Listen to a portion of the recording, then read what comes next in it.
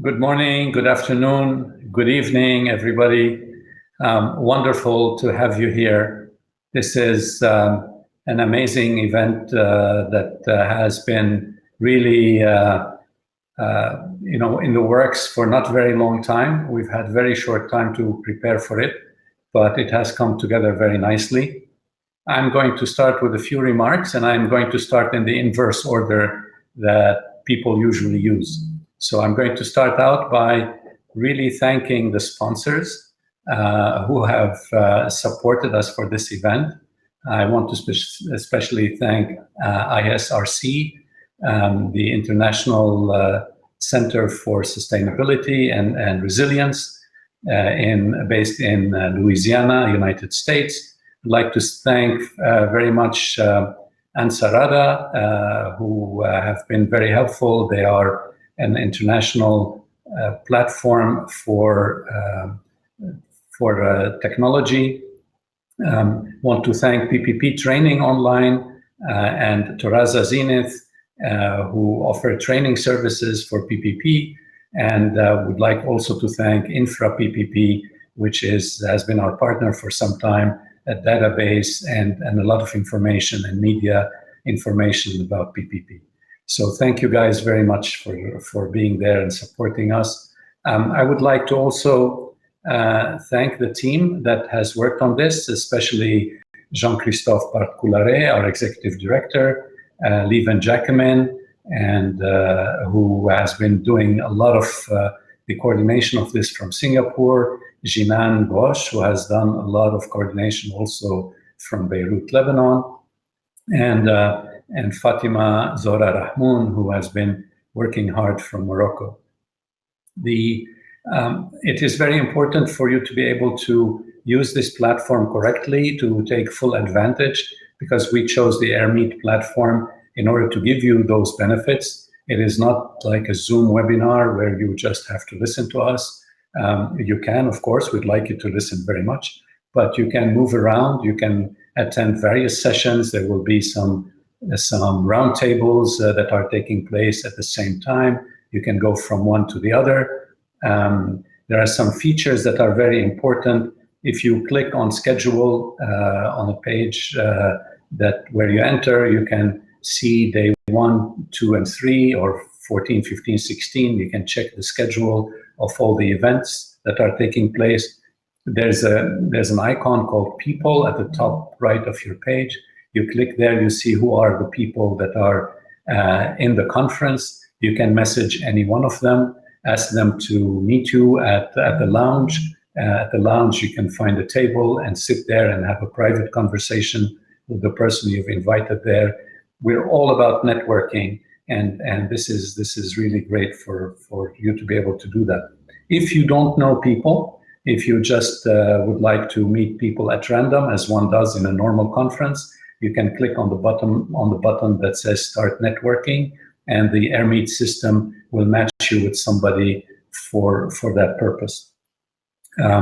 There's also a button that says Booths, and if you click on Booths there, you will be able to go to our sponsors tables and inquire about their services and information. So the system is set up just like a normal conference would be. I would like to thank the speakers. We have 106 speakers at this conference. We have also 22 government agencies, PPP units, in fact, presenting their pipelines and projects. If you go to day 16, so June 16, you can find a list of the 22 PPP units that are going to be making presentations. And I think for anybody that is looking for projects to invest in or work on, or simply learn about what is happening with the PPP laws or pipeline, like I said, of certain country, it's a great place to go and learn more about it.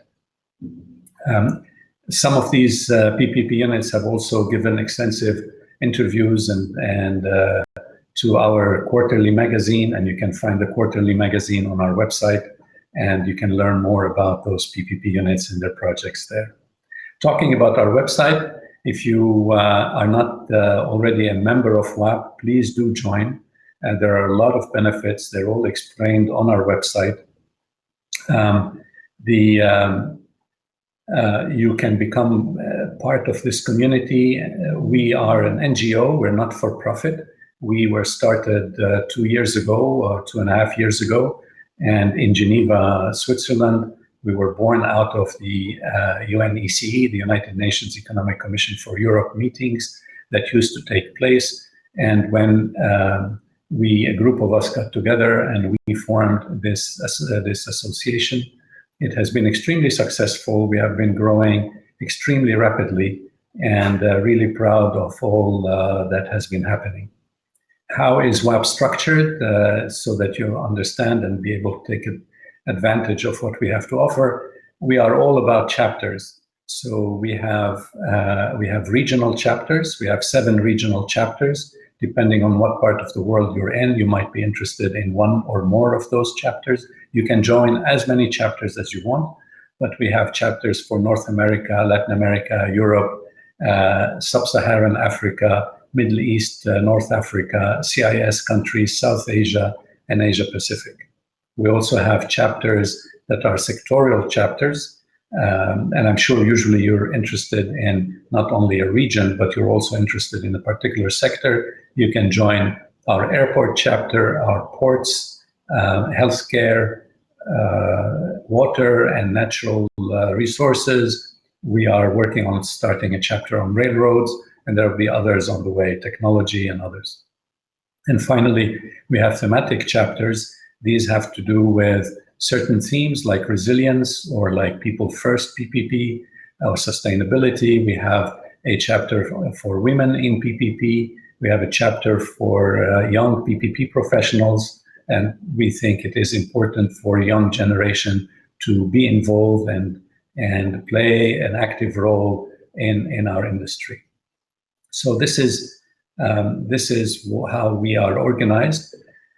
And what we do is we say we inform, we engage, we advocate, and we network. What does that mean?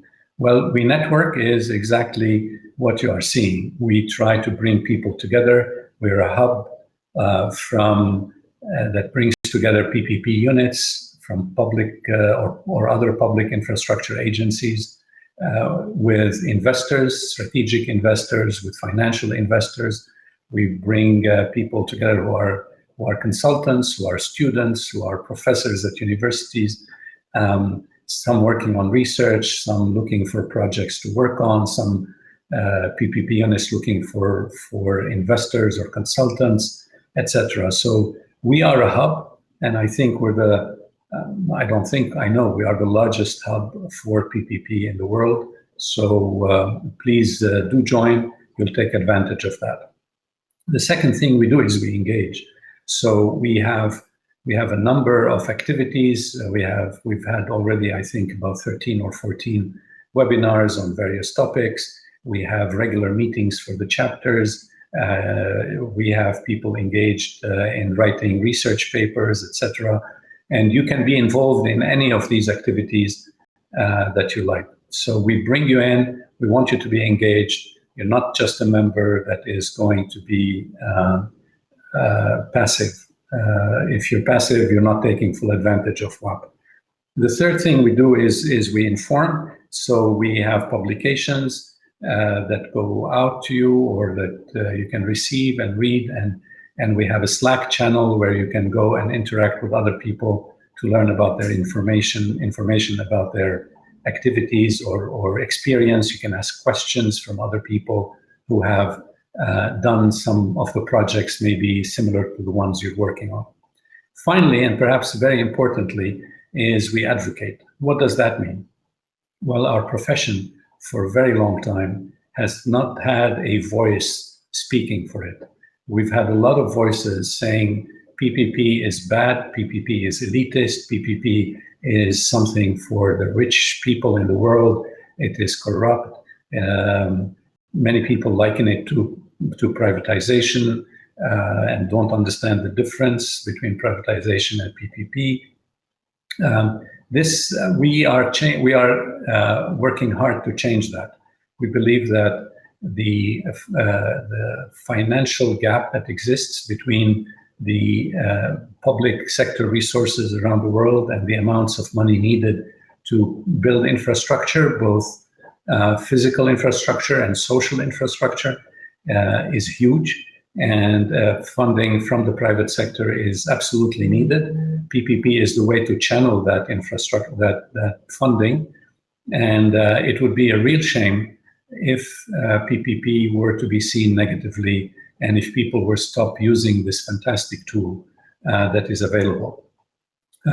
What is the problem traditionally? Traditionally, many people involved in providing PPP services or in executing PPP projects have not had proper training, and now there is CP3P program and there are other trainings that are available, so hopefully that is helping a lot, but a lot more needs to be done.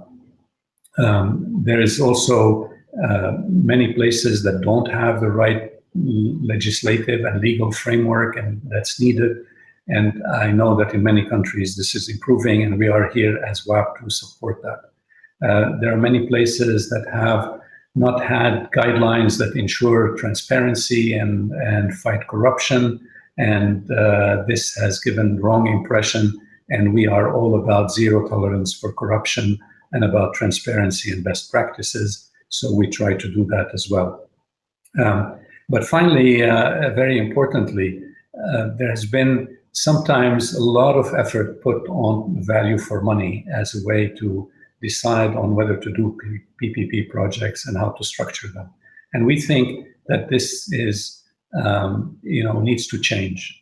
This needs to change because there, aside from the value for money, there needs to be consideration for value for people. We need to look at value for future generations. And these are concepts that we defend in WAPP and we promote. This conference is called the Next Level PPP. This is a theme that we are using to ensure that we want the PPP now to be different. We want it to take care of all stakeholders. We want to make sure that our profession, our community really sees PPP as an important tool. I have been saying for years that we should not view PPP as a tool for public procurement. We should be viewing PPP as a tool for development. I'm very happy and very proud that WAPP picked up this theme and is now using it, and we are all very focused on this. PPP is not only a tool for public procurement, it is much more than that. It is a tool for development. It is a tool for achieving the sustainable development goals that we are all hoping to achieve. And I will stop my remarks here. We have session 1 starting now. I'm going to exit this session and go on to session 1, and I will see you there.